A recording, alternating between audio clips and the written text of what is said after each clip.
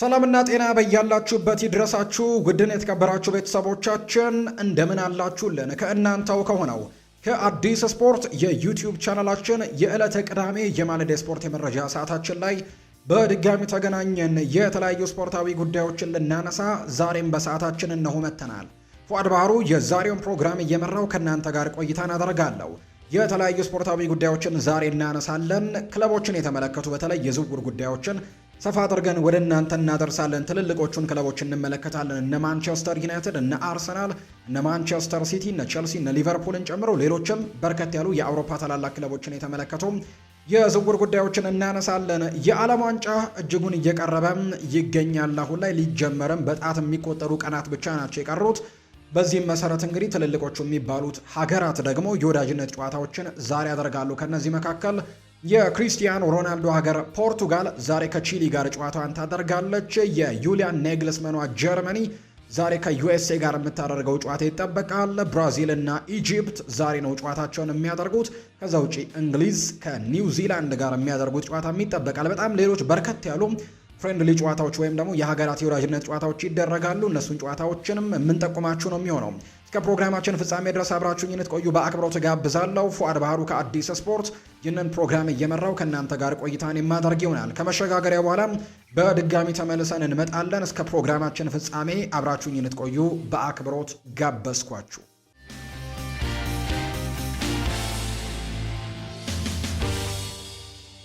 የሀገር ውስጥ መረጃን በማስቀደም ነው የዛሬ ፕሮግራማችንን ውድ ቤተሰቦቻችን የምንጀምረው። የኢትዮጵያ ብሔራዊ ቡድን ትላንትና የመጨረሻ ልምምዱን መስራቱን ተመልክተናል። ዛሬ ከማላዊ ብሔራዊ ቡድን ጋር የአቋም መፈተሻ ጨዋታ ያለበት የኢትዮጵያ ብሔራዊ ቡድን የመጨረሻ ልምምዱን ነው ትላንትና ያደረገው። በድሬዳዋ የሚገኙት ዋሊያዎቹ ትላንትና ከቀኑ 10 ሰዓት ከ30 ጀምሮ ነው ልምምዳቸውን ሲሰሩ እንደነበር የተመለከትነው። በልምምድ ወቅትም ሁሉም የኢትዮጵያ ብሔራዊ ቡድን ተጫዋቾች በመልካም ጤንነት ላይ እንደሚገኙ ይፋ ተደርጓል።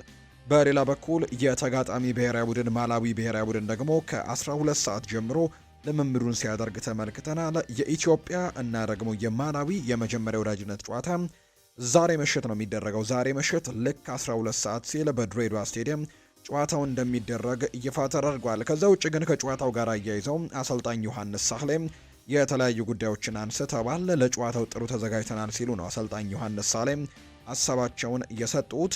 የኢትዮጵያ ብሔራዊ ቡድን አሰልጣኝ ከዛሬው የማላዊ ጨዋታ በፊት በሰጡት አስተያየትም በንግግራቸው ወቅት ብሔራዊ ቡድኑ ለጨዋታው በጣም ጥሩ መዘጋጀቱን ይፋ አድርገዋል።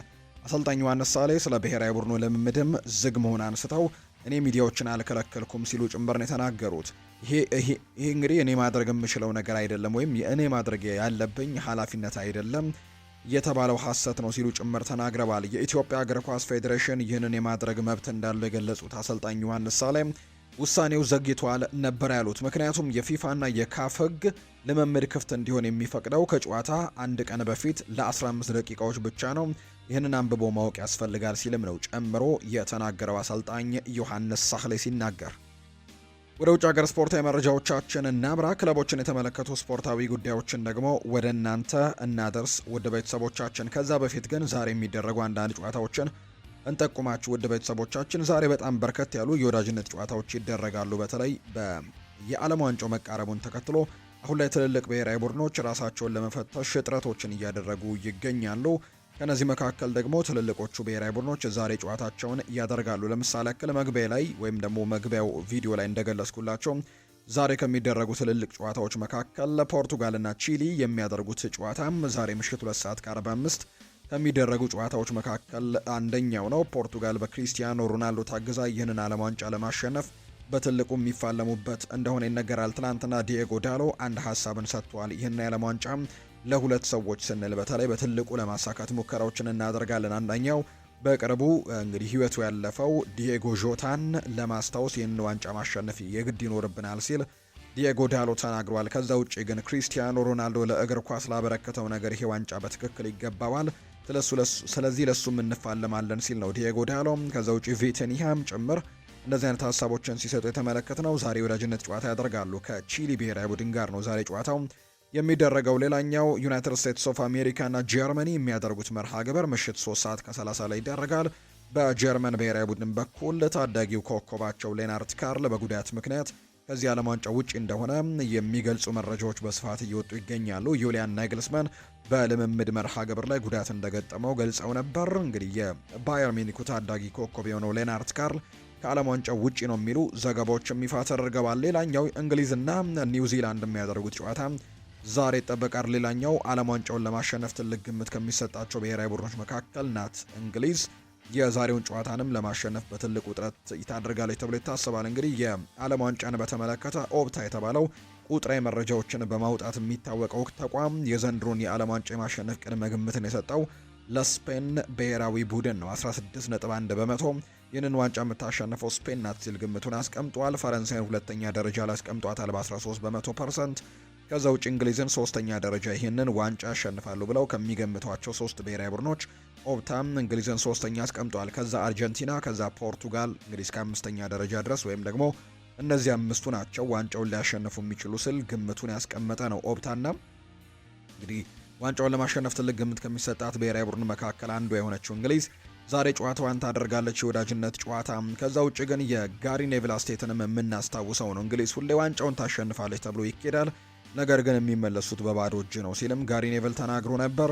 ይህኛውን የዓለም ዋንጫ ግን በቶማስ ቱሄል አማካኝነት ለማሳካት ትልቅ ጥረት የምታደርግበት ውድድር እንደሚሆን በርካቶች እየገለጹ እንደሚገኙ ነው መረጃዎች እየወጡ የሚገኙት። ስለዚህ ዛሬው የወዳጅነት ጨዋታ ይጠበቃል። ሌላኛው ቤልጅየምና ቱኒሲያ ቀን 10 ሰዓት ላይ የሚያደርጉት የወዳጅነት ጨዋታ ሌላኛው ዛሬ ከሚደረጉ የወዳጅነት ጨዋታዎች መካከል የሚጠበቁት መርሃ ግብሮች ናቸው።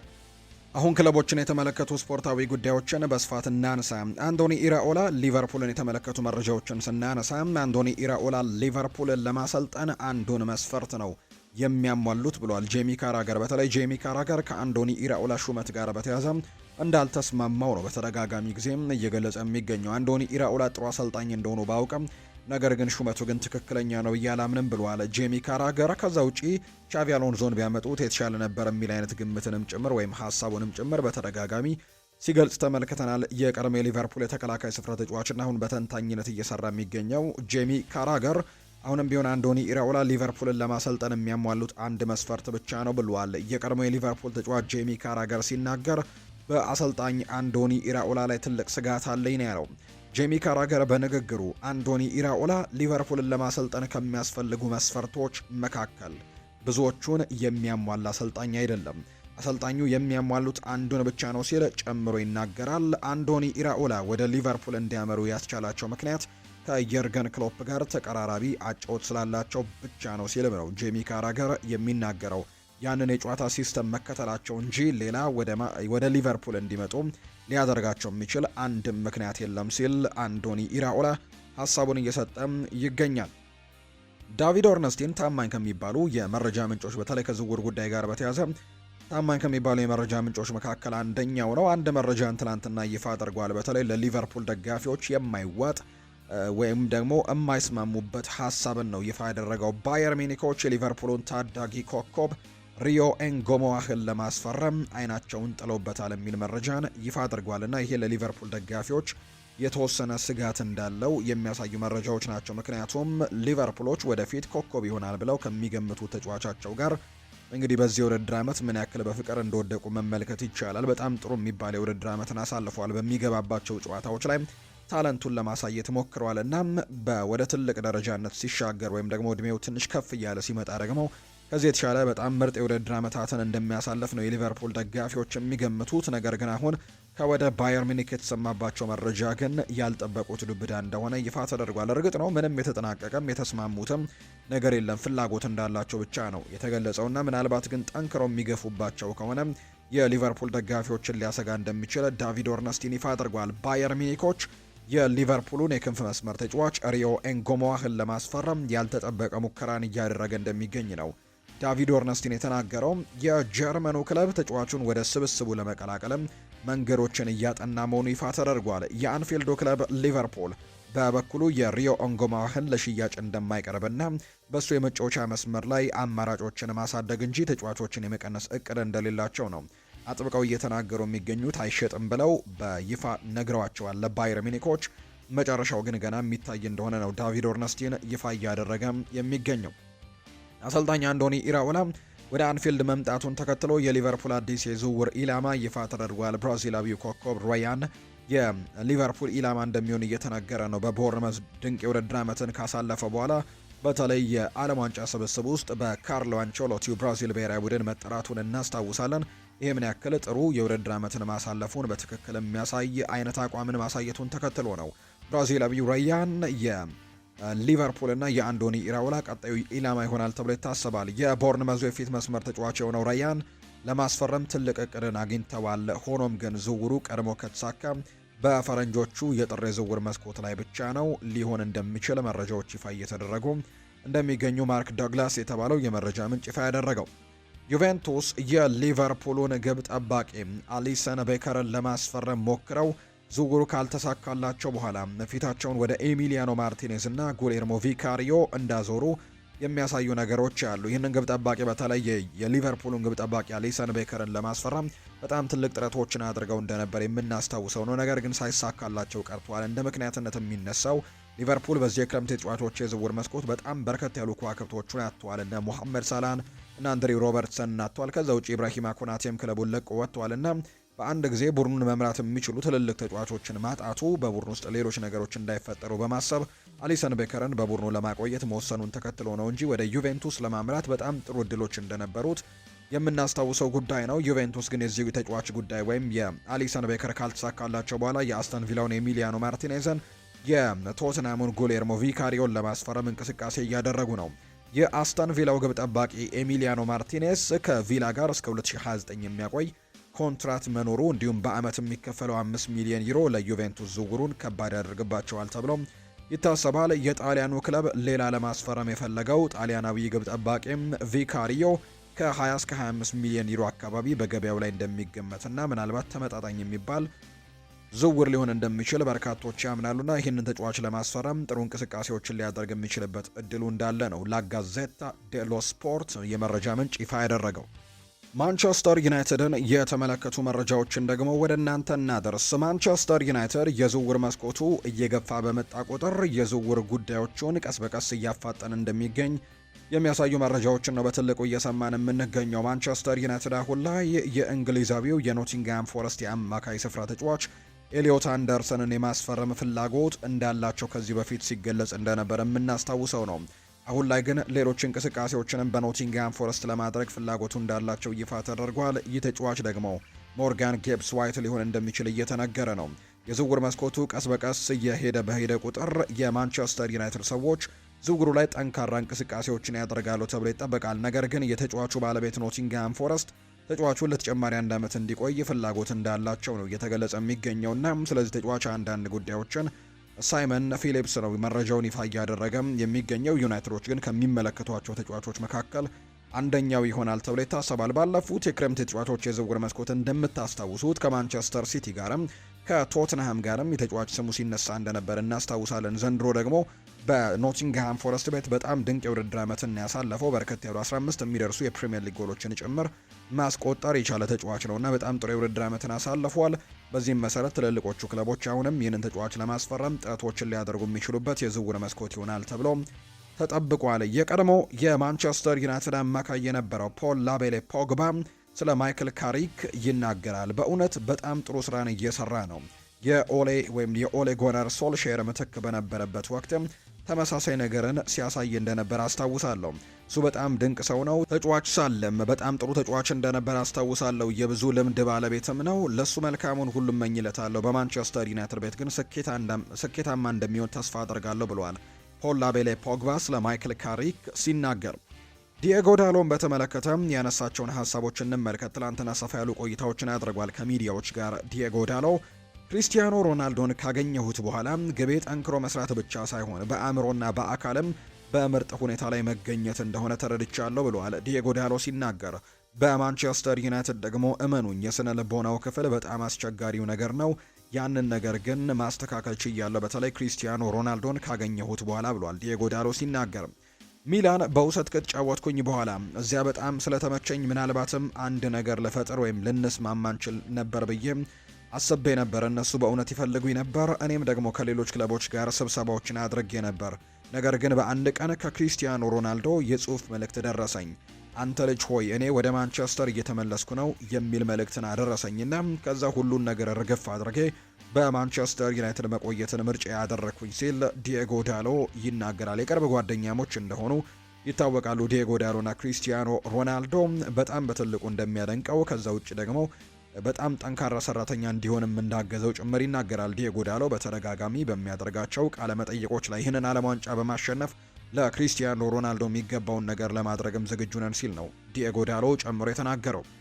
ዌስትሃም ዩናይትድ ለተጫዋቹ ከ50 እስከ 60 ሚሊዮን ፓውንድ አካባቢ የሚቀርብን ጥያቄ ለመቀበል ዝግጁ ከሆነ ማንቸስተር ዩናይትዶች ያንን ለማድረግ ዝግጁ እንደሆኑ እየተገለጸ ነው። ማንቸስተር ዩናይትድ ድርድሩንና ንግግሩን ለመቀጠል ፍላጎት እንዳላቸው ዛሬ ለተጫዋቹ ተወካይ ለማቲዮስ ፈርናንዴስ ተወካይ ይፋ አድርገዋል። ይሄ የ21 ዓመት ተስፈኛ ኮከብ ማንቸስተር ዩናይትድን ለመቀላቀል ከፍተኛ ፍላጎቶችን እያሳየ ነው የሚሉ መረጃዎች በትልቁ እየወጡ ነው። የዩናይትድ ከሌሎች ክለቦች ሊሰነዘር የሚችለውን ፉክክር ቀድሞ ለማክሸፍ ሲልም የዝውውር ሂደቱን በፍጥነት ለማጠናቀቅ ፍላጎቶች እንዳሉት ነው እየተገለጸ የሚገኘው። ሌሎች ክለቦች ወደዚህ ተጫዋች ዝውውር ቶሎ ሳይመጡ ዝውውሩን ማድረግ ይፈልጋሉ። በተለይ የተለያዩ ክለቦችን እየሰማን እንገኛለን። ለምሳሌ ያክል ከማንቸስተር ዩናይትድ ውጪ አርሰናል የተወሰኑ ፍላጎቶች እንዳሉት ሲነገር ሰምተናል። ፓሪስ ሰን ዠርሜን እንዳለበት ሰምተናል። ጆዜ ሞሪኒዮ የሪያል ማድሪድ አሰልጣኝ ከሆኑ ይህንን ተጫዋች ለማስፈረም ከሚፈልጉ ክለቦች መካከል አንደኛው ሊሆን እንደሚችል በተደጋጋሚ ሲነገር ሰምተናል። እናም ምናልባት ይሄ ተጫዋችን ለማስፈረም እንቅስቃሴዎች ሳይበዙባቸው በፊት ዩናይትድ ክለቡ ዌስትሃም ዩናይትድ ከ50 እስከ 60 ለመቀበል ዝግጁ ከሆነ ማንቸስተር ዩናይትድ በጥሩ ሁኔታ ለመቀጠል ፍላጎቱ አላቸው ተብሏል። እስካሁን ግን ዌስትሃም ዩናይትዶች እዚህ ተጫዋች ላይ 80 ሚሊዮን ፓውንድ እንደለጠፉ እንዳለ ነው የመረጃ ምንጩ ይፋ ያደረገው።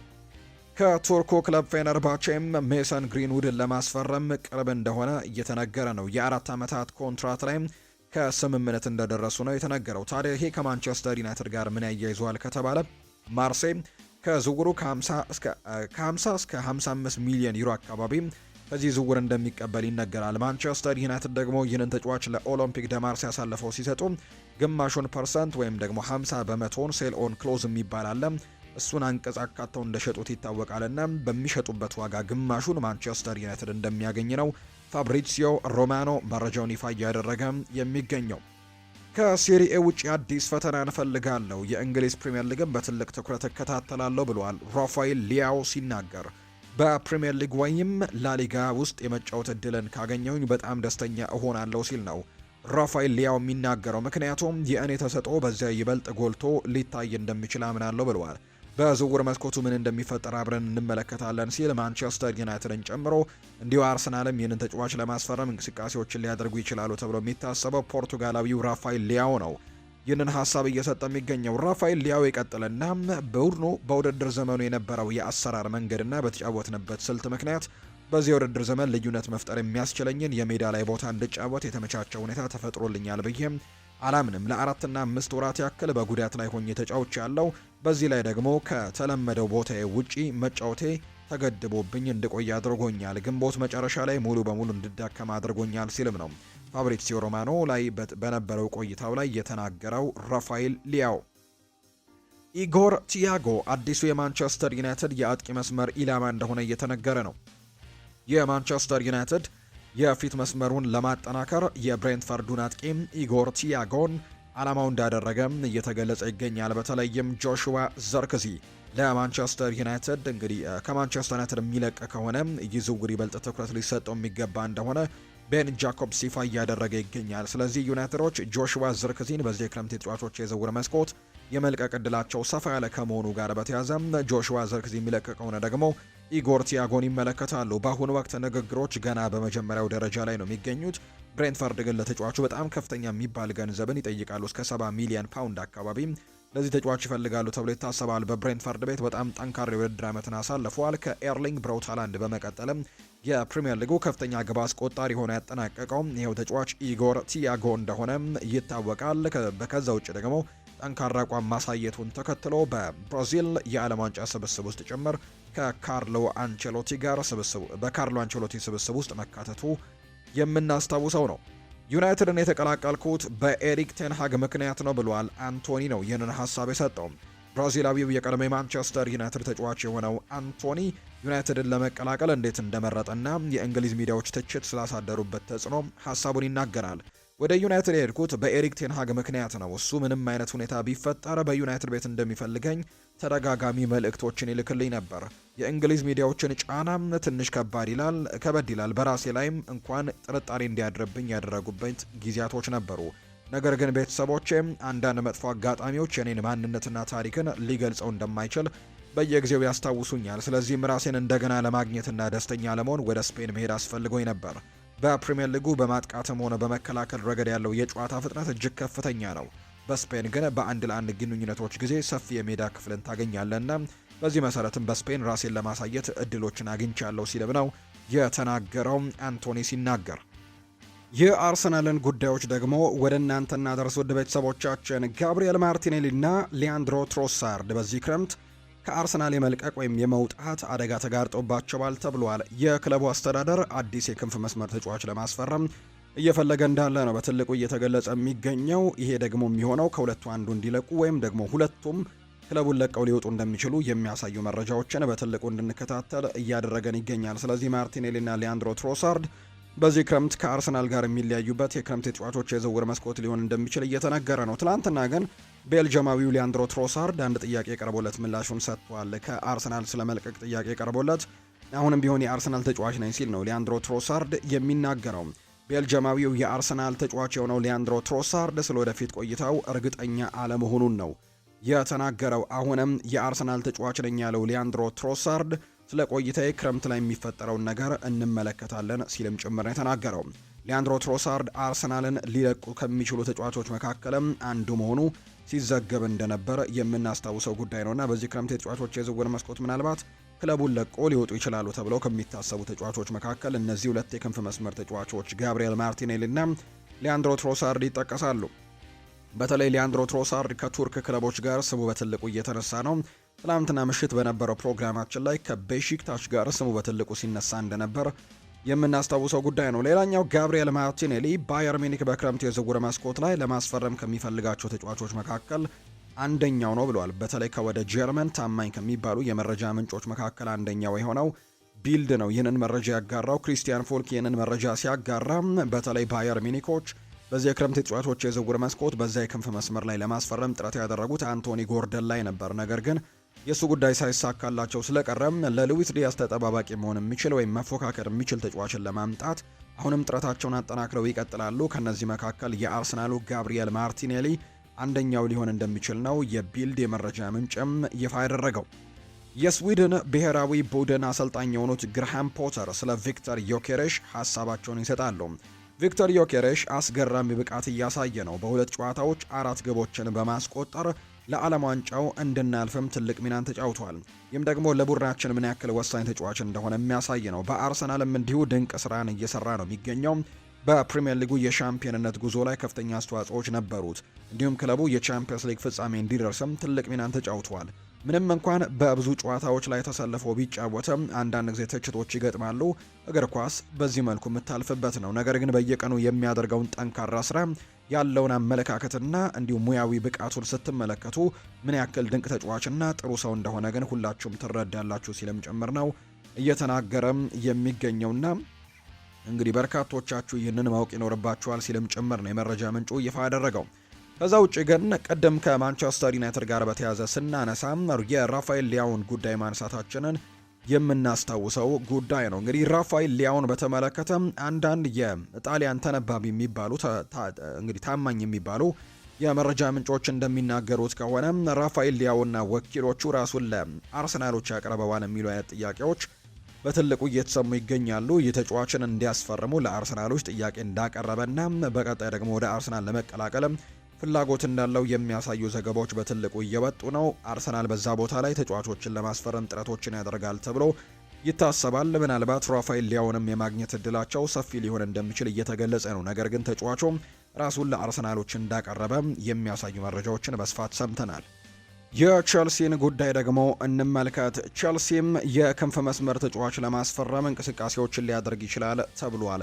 ዛዶክ ዮሐናን ለማስፈረም በሚደረገው ውድድር ላይ ለመሳተፍ እያሰቡ እንደሆነ ነው የዴይሊ ሜሉ ዘጋቢም ሳይመን ጆንሰን መረጃውን ያጋራው። ብራይተን እና ኒውካስል ዩናይትድም ይህንን ተጫዋች ለማስፈረም 20.5 ሚሊዮን ፓውንድ ገደማ ተመሳሳይ ጥያቄዎችን እንዳቀረቡ ይፋ ተደርጓል። ነገር ግን ቸልሲ ለናይጄሪያዊው የክንፍ መስመር ተጫዋች 21.6 ሚሊዮን ከቦነስ ጋር እንግዲህ የሚያደርግ ጥያቄን ለማቅረብ ዝግጁ እንደሆኑ የሚያሳዩ ነገሮች እንዳሉ ነው እየተገለጸ የሚገኘውና ይህንን ተጫዋች ለማስፈረም የእንግሊዝ ክለቦች እንቅስቃሴዎችን እያደረጉ እንዳለም ሰምተናል። በቼልሲ ውስጥ ያሉ ምንጮች ክለቡ ስለ ክሪስታል ፓላሱ የመሃል ተከላካይ ስለሆነው ስለ ላክሯ ውስጣዊ ውይይቶችን እያደረጉ እንዳለ ሰምተናል። በክረምቱ ቼልሲዎች ይህንን ቦታ ያስተካክላሉ ወይም ደግሞ የተከላካይ መስመራቸውን ያጠናክራሉ ተብሎ ይጠበቃል። የተለያዩ ተጫዋቾችም ከቼልሲ ጋር ስማቸው ሲነሳ በተደጋጋሚ እየሰማን እንገኛለን። በተለይ በዚህ የውድድር ዓመት ከተቸገሩበት መካከል አንደኛው የተከላካይ መስመራቸው ላይ በተለይ የላቪ ኮልዊልም በጉዳት ምክንያት ረጅም ጊዜ አለመኖር በጣም ሲቸገሩ የነበረበት እንደነበር የምናስታውሰው ነው። በሚቀጥለው የክረምት ተጫዋቾች የዝውውር መስኮት ግን ያንን ቦታ አጠናቅረው በሚቀጥለው የውድድር ዓመት ጠንካራ ሆነው ለመምጣት ሙከራዎችን ያደርጋሉ ተብሎ ይታሰባልና አሁን ላይ የክሪስታል ፓላሱን ካፕቴን ላክሯን ለማስፈረም ንግግሮችን ጀምረዋል።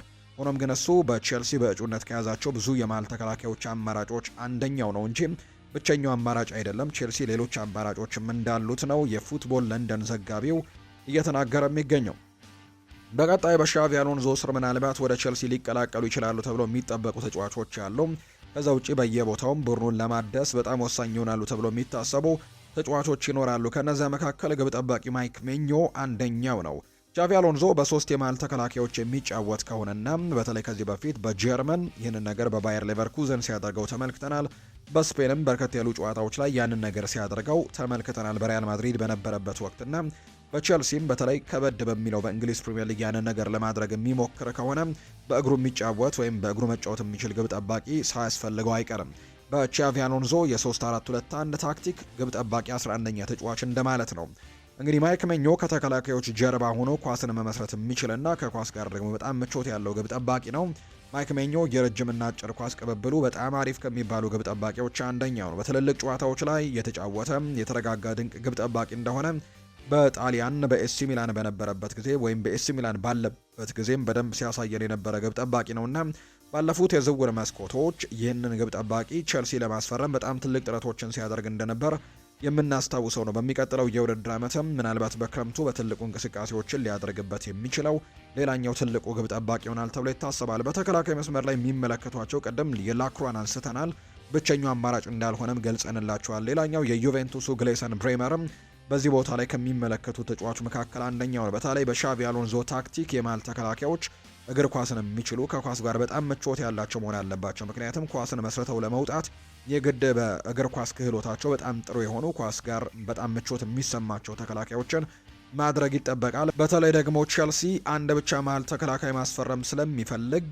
ግሌሰር ብሬመር የተሻለው ምርጫ ሊሆን እንደሚችል እየተነገረ ነው። ሌሎች ተጫዋቾችን ያግዛቸዋል ተብሎ ይታሰባል እና ዌስሊ ፎፋና ከዛ ውጪ ላቪ ኮልዊልም በጥሩ ጊዜያቸው ወይም ደግሞ ከጉዳት ነጻ ሲሆኑ በጣም ጥሩ እንቅስቃሴዎችን የሚሰጡ ተጫዋቾች ስለሆኑ ስለዚህ ከበረኛ ተቀብሎ በኮንፊደንስ ኳሶችን ወደ አማካዮች ለማሳለፍም የእነዚህ ተጫዋቾች ሚና አይነተኛ ይሆናል ተብሎ ይታሰባል በሻቪ አሎንዞ የታክቲክ ስርዓት ውስጥ። ስለዚህም ዩቬንቱስ በተለይ ቻምፒየንስ ሊግ ባለመሳተፉ ተጫዋቹ ላይ ከፍተኛ ገንዘቦችን የመለጠፍ እድሉ በጣም ጠባብ ይሆናል ተብሎ ይታሰባል። 40 ሚሊዮን ዩሮ አካባቢ ተጫዋች ላይ ይለጥፉበታል ተብሎ ነው የሚታሰበው። ሌላኛው አንድሪያ ካምቢያሶ ነው። ይህኛው አሰልጣኝ ሻቪ አሎንዞ በተለያዩ ክለቦች በነበረበት ጊዜ ለምሳሌ በሪያል ማድሪድ በነበረበት ጊዜ ይህንን ተጫዋች ለማስፈረም ፍላጎቶች እንደነበሩት በተደጋጋሚ ሲገለጽ እንደነበር የምናስታውሰው ነው። አሁንም አንድሪያ ካምቢያሶን ለማስፈረም ጥረቶችን ያደርጋል ተብሎ ይታሰባል። ነገር ግን ሰሞኑን የወጡ መረጃዎች ግን ቼልሲ ይህንን ተጫዋች ለማስፈረም ምንም አይነት እንቅስቃሴን አላደረገም የሚሉ መረጃዎች ሲወጡ ተመልክተናል። ነገር ግን ይሄ ለየት የሚያደርገው በጣም ቨርሳታይል የሚባል አይነት ተጫዋች እንደሆነ ይነገራል። የተለያዩ እንግዲህ ቦታዎች ላይ መጫወት የሚችል አይነት ተከላካይ ነው። በቀኝም ሆነ በግራ ፉልባክነት መጫወት ይችላል። ከዛ በተጨማሪ ደግሞ የመስመር አማካይ ሆኖ የመጫወት አቅምም እንዳለው ይነገራል። ከፊት ያለው የግራ መስመር አጥቂም ወደ 10 ቁጥር ቦታ ኳሶችን ይዞ በሚገባበት ሰዓት ደግሞ የግራ መስመሩን ተጠቅሞ ወደፊት ማጥቃት የሚችል ቨርሳታይል ተጫዋችም ድንቅ የሆነ ኳሶችን ማቀበል የሚችል አይነት ተጫዋችም አድርገው ይመለከቱታልና በሁለቱም እግሩ መጠቀም የሚችል አይነት ተጫዋች ከመሆኑ ጋር በተያያዘ በርካቶች ተስማሚ ተጫዋች አድርገው ይመለከቱታል። ከዚህ በፊት ከማንቸስተር ሲቲ ጋር በተለይ አሰልጣኝ ፔፕ ጓርዲዮላ ከመውጣታቸው በፊት ይህንን ተጫዋች ለማስፈረም እንቅስቃሴዎችን ሲያደርጉ የምናስታውሰው ጉዳይ ነው። ባርሴሎና ሰሞኑን ይህንን ተጫዋች ለማስፈረም ጥረቶችን ሲያደርግ ተመልክተናልና ቸልሲም ምናልባት በዚህ ዝውውር ላይ ሊኖር የሚችልበት እድሉ በጣም ሰፊ ነው ተብሎ ይታሰባል። ዋጋውም ያን ያክል የተጋነነ ላይሆን እንደሚችል ነው ግምቶች የወጡት። ሌላኛው የአማካይ ስፍራ ተጫዋችን ማስተካከል ነው። ለዚህም ደግሞ አደም ዋርተን ትክክለኛ መፍትሄ ሊሆን እንደሚችል ቸልሲዎች ያምናሉ። ቸልሲዎች ከረጅም ጊዜ በፊት አስቀድመው ነው እስካሁን ድረስ አደም ዋርተንን እየተከታተሉ እንዳለ የሚነገረው። አደም ዋርተን ገና የ20 ዓመት ወጣት ነው። እግር ኳስ የማንበብ ብቃቱ በጣም ድንቅ ነው። በፕሪሚየር ሊግ በጣም ትልቅ ልምድ ያለው ተጫዋች ነው።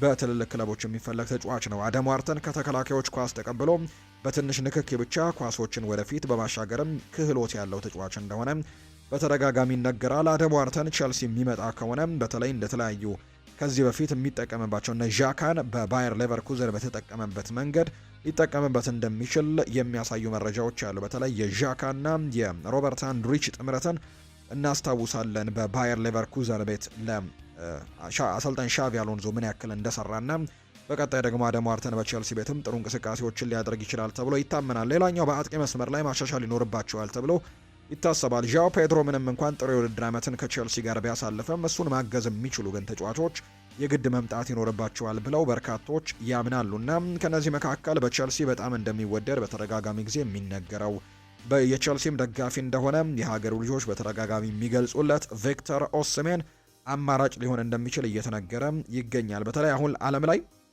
ቲፒካል ነምበር 9 የምንላቸው አይነት ተጫዋቾች በቁጥር በጣም እያነሱ ነው የሚገኙትና ነገር ግን ቪክተር ኦስሜን እንደዛ አይነት አጥቂ ነው ወይም ቲፒካል ነምበር 9 የምንለው አይነት ተጫዋች እንደሆነ በርካቶች ያምናሉ። ቼልሲ ቻምፒየንስ ሊግ ባለመሳተፉ ምናልባት እንደ ሮጀርስ ያሉ የመስመር አጥቂዎችን ለማምጣት በጣም ይቸገራል ተብሎ ይታሰባል። ምክንያቱም በአውሮፓ ቻምፒየንስ ሊግ የሚሳተፉ ሌሎች ክለቦች ይህንን ተጫዋች ለማስፈረም ጥረቶችን እያደረጉ ነው። ስለዚህ በክንፍ መስመር ላይ ሌሎች አማራጮችን መፈለግ ሳይኖርበት አይቀርም። ነገር ግን በአጥቂ መስመር ላይ ግን ቪክተር ኦስሜን ከተከላካዮች ጀርባ በመሮጥ ጎሎችን የሚያስቆጥር ልዩ ተጫዋች እንደሆነ ይነገራል። የጭንቅላት ኳሶችን በመጠቀምም በጣም ጥሩ ተጫዋች እንደሆነ ይነገራል እና በተለይ ለአሰልጣኝ ሻቪ አሎንዞ የ3-4-2-1 ታክቲክም የፊት መስመሩን ይዞ በመምራት ረገድ በጣም ጥሩ አስተዋጽኦችን ያደርጋል ተብሎ ይታሰባል። ዣኦ ፔድሮን ደግሞ በክንፍ ማጫወት የሚቻልበት እድሉ ይኖራል ተብሎ ይታሰባልና እነዚህን ተጫዋቾች ሊመለከቱ የሚችሉበት እድሉ እንዳላቸው ነው በቼልሲ በኩል መረጃዎች ይፋ የተደረጉት። ቼልሲ በመጪዎቹ ወራት ውስጥም በሶስት ቁልፍ ቦታዎች ላይ ተጫዋቾችን ለማስፈረም ፍላጎት እንዳላቸው በተደጋጋሚ እየተገለጸ ነው የሚገኘው። እነዚህ ተጫዋቾች ደግሞ የመሃል ተከላካይ፣ የመሃል ሜዳ ተጫዋች፣ ከዛ ውጭ ደግሞ የግራ ክንፍ ተጫዋችም ይገኙበታል ብሎ ነው ቦቢ ቪንሰንት መረጃውን ይፋ እያደረገ የሚገኘው። ባርሰሎናን የተመለከቱ መረጃዎችን ደግሞ እናንሳ። አሌሃንድሮ ግሪማልዶ ወደ ስፔን መመለስ ይፈልጋል ተብሏል። ዋጋው ደግሞ ወደ 10 ሚሊዮን ዩሮ ገደማ እንደሚሆን ማቴዎ ሞሬቶ ይፋ አድርጓል። በአንድ ትልቅ ክለብ ውስጥ መጫወት ይፈልጋል። አትሌቲኮ ማድሪድ አሊያም ባርሰሎና ስለ እሱ ሁኔታ ትልቅ ትኩረቶችን ይሰጣሉ ተብሎ ይታሰባል። ግሪማልዶ ግን ከባየር ሌቨርኩዘን ለቆ ወደ ስፔን መመለስ እንደሚፈልግ ነው ይፋ የተደረገው። ባርሴሎናዎች በሁሊያን አልቫሬዝ ዙሪያም ተረጋግተዋል። እናም እስካሁን ያደረጉት ንግግርን በማካሄድ ላይ ምንም ስህተት እንደሌለው ጠንቅቀው ያምናሉ። ጉዳዩን ለማረጋጋትና እንዴት እንደሚሻሻል ለማየትም ይህንን ጉዳይ ለጥቂት ቀናት እረፍት መስጠት ተገቢ ነው ብለው አምነዋል። ተጫዋቹ አሁንም ኢላማቸው እንደሆነ በትልቁ ይታወቃል። ሌሎች ክለቦችም ይህንን ተጫዋች ለማስፈረም ፍላጎት አላቸው። ለምሳሌ አርሰናል እና ባየር ሚኒክም አርሰናል እና ፓሪስ ሰን ዠርሜንም ይህንን ተጫዋች ለማስፈረም ፍላጎት ያላቸው ሌሎች ክለቦች እንደሆኑ ቢታወቅም ነገር ግን ባርሴሎና ጉዳዩን ረጋ ብለው መያዝ እንደሚፈልጉና የተወሰኑ ረፍቶችን መስጠት እንደሚፈልጉ ነው በዚህ ጉዳይ ላይ የተነገረው። ባርሴሎና ከዛ ውጭ ግን የቪክተር ኦስሜንን ጥራትንም ጠንቅቆ ያውቃልና በጣም ያከብረዋል። ክለቡ በገበያው ላይ ካሉት ምርጥ የመሃል አጥቂዎች መካከልም አንዱ እንደሆነ በሚገባ ያውቃሉ። ሆኖም ግን ባርሴሎና ሁሊያን አልቫሬዝን ቅድሚያ የሚሰጡት አማራጫቸው እንደሆነ በእርግጠኝነት መናገር ይቻላል ሲልም ነው ለባርሳ መረጃዎች በጣም ቅርብ ነው የሚባለው ሙንዶ ዲፖርቲቮ ሲናገር። በይበልጥ ግን ባርሴሎና የሁሊያን አልቫሬዝን ነገርን ተግባራዊ ሊሆን እንደሚችል ያምናሉና እሱን መጠበቅም ምርጫቸው ያደርጋሉ ተብሎ ይታሰባል ነው የሚለው የመረጃ ምንጩ እንደሚናገረው ከሆነ። ባርሴሎናዎች አሌሃንድሮ ባልዴ ክለቡን የሚለቅ ከሆነ የቼልሲውን ተከላካይ ማርኮ ኮሬያን ከ45 እስከ 55 ሚሊዮን ዩሮ ለማስፈረም ዝግጁ እንደሆኑ የሚያሳዩ መረጃዎች ይፋ ተደርገዋል። ምንም እንኳን ባልዴ በአሁኑ ጊዜም ከሌሎች የአውሮፓ ቡድኖች ፍላጎት ቢኖረው ለመልቀቅ ግን ፍላጎት እንደሌለው ይፋ ተደርጓል። ይህንን ተከትሎ ባልዴ የሚለቅ ከሆነ ግን ባርሴሎናዎች የተለያዩ ነገሮችን ለማዘጋጀት ጥረቶችን እንደሚያደርጉና የእሱን ተተኪ ለማዘጋጀት ሙከራዎችን እንደሚያደርጉ ተገልጿል። ነገር ግን እስካሁን ድረስ ተጫዋቹ የመልቀቅ ፍላጎት እንደሌለው የሚያሳዩ መረጃዎች ናቸው በትልቁ እየወጡ የሚገኙት። የሪያል ማድሪድ ጉዳዮችን ደግሞ እንመልከት። ፍራንኮ ማስታንቱኖ በዚህ ክረምት በውሰት ከሪያል ማድሪድ እንደሚለቅ እየተነገረ ይገኛል። ዲያሪዮ አስ በተለይ ይህንን መረጃ በሰፊው እያነሳው ይገኛል። ፍራንኮ ማስታንቱኖ በቀጣይ ወደ ሌሎች ክለቦች በውሰት ሊያመራ የሚችልበት እድሉ እንዳለን የተነገረው ተጫዋቹ ልምድ እንዲቀስምና ተጨማሪ የጨዋታ ጊዜያቶችን እንዲያገኝ ሲባልም ወደ ሌላ የአውሮፓ ክለብ በውሰት እንደሚሄድ ዲያሪዮ አስ ይፋ አድርጓል። የሪያል ማድሪድ እጩ ፕሬዝደንት ወይም ደግሞ ፉክክር ላይ የሚገኘው ኤንሪክ ሪኬልሜ ትላንትና አንድ ነገርን ይፋ አድርገዋል። ኤንሪክ ሪኬልሜ አሰልጣኛቸውን ይፋ አድርገዋል። የሪያል ማድሪዱ ፕሬዝደንት ምርጫ ተወዳዳሪ የሆኑት ኤንሪክ ሪኬልሜ ምርጫውን ካሸነፉ የሚሾሙት አሰልጣኝን ይፋ አድርገዋል። በዚህ መሰረትም እኔ ከተመረጥኩኝ አሰልጣኝ የርገን ክሎፕን ነው በኃላፊነት የሚሾመው ሲሉ ተናግረዋል። ፕሬዝደንት ፍሎሬንቲኖ ፔሬዝ ምርጫውን ካሸነፉ ዦዜ ሞሪኒዮን እንደሚሾሙ ማሳወቃቸው የሚታወስ ነው። ኤንሪክ ሪኬልሜ በተጨማሪም ከቀናት በፊት ኤርሊንግ ሃላንድንና ሮድሪን እገዛለሁ ሲሉ መናገራቸው የሚታወስ ነው። ተጠባቂው ምርጫ ነገ እንደሚደረግ ነው በርካቶች የሚያምኑት። ሪያል ማድሪድ አሁን ላይ ማቴዎስ ፈርናንዴስን ለማስፈረም ፉክክር ውስጥ ለመግባት ጥረት እያደረገ ነው። ዦዜ ሞሪኒዮ ተጫዋቹን በጥብቅ ይፈልገዋል። የመነሻ ዋጋው 80 ሚሊዮን ፓውንድ እንደሆነ የሚነገረው ይህ ተጫዋች በሌሎች ክለቦች በተለይ በማንቸስተር ዩናይትድ በትልቁ እንደሚፈለግ ይታወቃል። ሪያል ማድሪድ እዚህ ተጫዋች ላይ ጠንከር ብሎ እንቅስቃሴ ያደርጋል ወይ በቀጣይ የሚጠበቅ ነው። ፍሌክሲ ዲያስ ነው ይህንን መረጃ ያጋራው።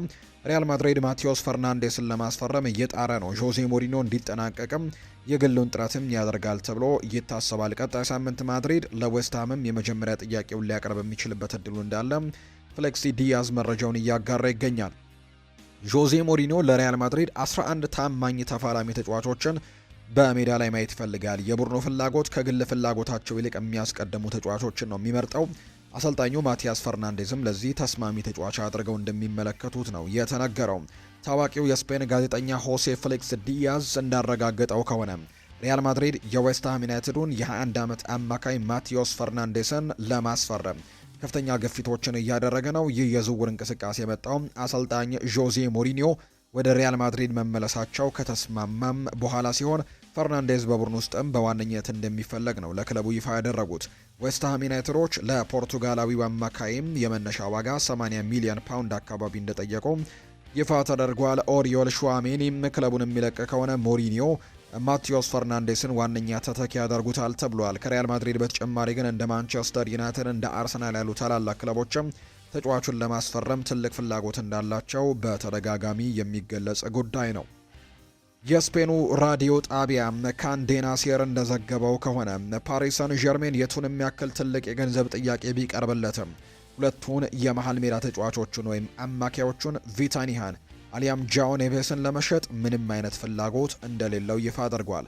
ክለቡ በዚህ ውሳኔው ላይ ሙሉ በሙሉ መረጋጋቱን ነው ጽኑ አቋሙን መያዙም የተነገረው። ይሄ የፓሪስ ምላሽ የመጣው ፍሎሬንቲኖ ፔሬዝ ለፕሬዝደንታዊ ምርጫ ቅስቀሳውን ማጠናከሪያ የሚሆን የ150 ሚሊዮን ዩሮ ታሪካዊ የዝውውር ሂሳብ ለአንድ የቻምፒየንስ ሊግ ኮከብ ተጫዋችም ለማቅረብ እቅዱን ይፋ ባደረገበት ጊዜ ነው። ነገር ግን ይህ ተጫዋች አሁን ላይ በአብዛኛው ትዊስት አድርጓል። ከዚህ በፊት እንግዲህ ሁለቱን ተጫዋቾች ቪታኒሃን እና ጃኦ ኔቬስ ሊሆን ይችላሉ የሚሉ ግምቶች በትልቁ ሲወጡ ነበር። ነገር ግን አሁን የወጡት መረጃዎች እነ ዲያሪዮ አስ አገኘናቸው ያሉ መረጃዎችን እንደሚያሳዩት ከሆነ ግን አሁን ላይ ይህ ተጫዋች ከነዚህ ሁለት ተጫዋቾች ይልቅ ወደ ማይክል ኦሊሴ ያደላ ነው የሚሉ አይነት ዘገባዎች በትልቁ እየወጡ ይገኛሉ።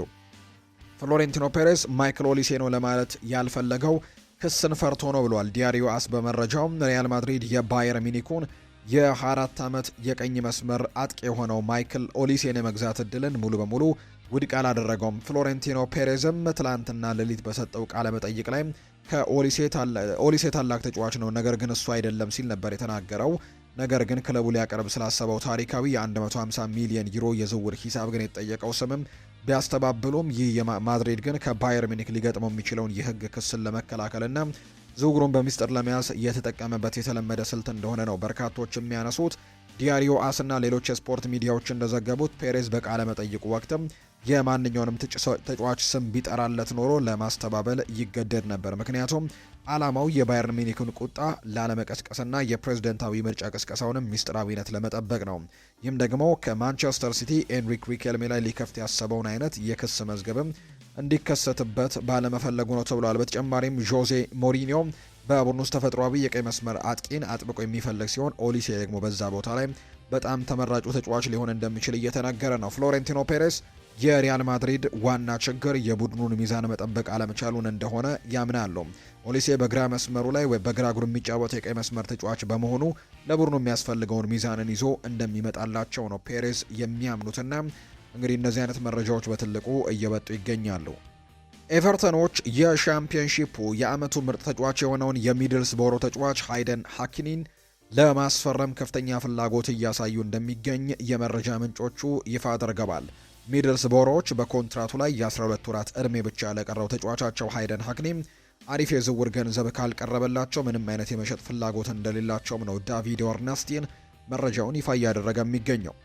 የባየር ሚኒኩ ጀርመናዊ ተስፈኛ ኮከብ የሆነው ሌናርት ካርል በልምምድ ወቅት ባጋጠመው ጉዳት ምክንያት ከዓለም ዋንጫ ውጪ መሆኑ ተረጋግጧል። የዓለም ዋንጫው ሊጀመር በጣም ጥቂት ቀናቶች በሚቀሩበት ሰዓት ላይ የጀርመን ብሔራዊ ቡድን ተጫዋች የሆነው ሌናርት ካርል ጉዳት እንደገጠመው አሰልጣኝ ዩሊያን ኔግልስመን ይፋ አድርገው ነበር። በዚህ መሰረትም ተጫዋቹ በጉዳት ምክንያት የዓለም ዋንጫው ሊያመልጠው እንደሚችል ነው ይፋ የተደረገው።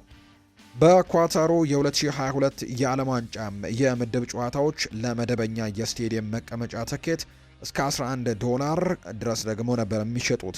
ነገር ግን በ2026 የዓለም ዋንጫ የምድብ ጨዋታዎች አብዛኞቹ የመነሻ ዋጋ $1000 በላይ ናቸው እየተባለ ነው። ለምሳሌ በማያሚ ዩኤስ የሚደረጉ የምድብ ጨዋታዎች ለመደበኛ መቀመጫ 1500 ነው ትኬታቸው እየተሸጠ ያለውና በጣም ውድ እንደሆነ በርካቶች ያነሳሉ። በዘንድሮ የዓለም ዋንጫ ውድድር የሀገራት ብሔራዊ ቡድን መዝሙር ሲሰማ በተለየ መንገድ እንደሚሆን ተነግሯል። በዚህ ዓለም ዋንጫ ተጫዋቾቹም ተቀያሪ ወንበር ላይ ቆመው ብሔራዊ መዝሙር እንደማይዘምሩ ነው የተነገረው። በአዲስ መንገድ መሰረት በሜዳው መሃል ሁለት ትልልቅ የሁለቱ ሀገራት ሰንደቅ ዓላማ እንደሚዘጋጅ ተነግሯል። ሁለቱ ተጫዋቾች በሜዳው መሃል ላይ በሀገራቸው ብሔራዊ ቡድን ሰንደቅ ዓላማ ፊት ለፊትም ክብ ሰርተው እንደሚቆሙ ተነግሯል። ይህም የሆነው በጨዋታው መጀመሪያ ጥሩ ድባብ ለመፍጠርና ሳቢ እንዲሆን ለማድረግም እንደሆነ ጭምር የሚያሳዩ መረጃዎች ናቸው ያሉት። ፊፋ የ2026 የዓለም ዋንጫ በስቴዲየም ውስጥ ደግሞ ቡቡዜላን መንፋት እንደማይቻልም ይፋ እንዳደረገም ይፋ ተደርጓል። ፊፋ በ2026 የዓለም ዋንጫ ላይ በስቴዲየም ውስጥ ቡቡዜላን መንፋት ክልክል መሆኑን ነው በይፋ ያስታወቀው።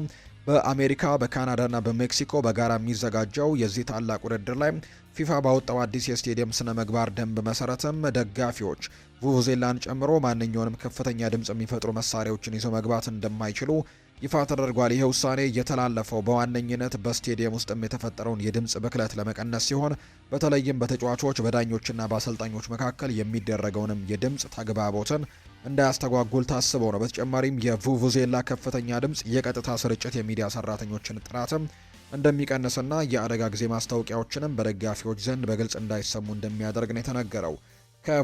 ከቡቡዜላ በተጨማሪ ፊፋ ሌዘር እንዲሁ ነገሮችንም ማለትም የተጫዋቾች አይን ላይ የሚበሩ መብራቶችንም እንዳገዳቸው ጭምር ነው የተነገረው። ይሄ እርምጃ በ2010 የደቡብ አፍሪካ የዓለም ዋንጫ ወቅት ቡቡዜላ የፈጠረውን ከፍተኛ ድምጽን በዓለም ዙሪያ በነበሩ ተመልካቾችና ተሳታፊዎች ዘንድ ከፍተኛ ቅሬታ አስነስተው ስለነበር ያንን ችግር በዘላቂነት ለመፍታትም የወሰነው ውሳኔ እንደሆነ የሚጠቁሙ ነገሮችን ነው የሰማ ነው።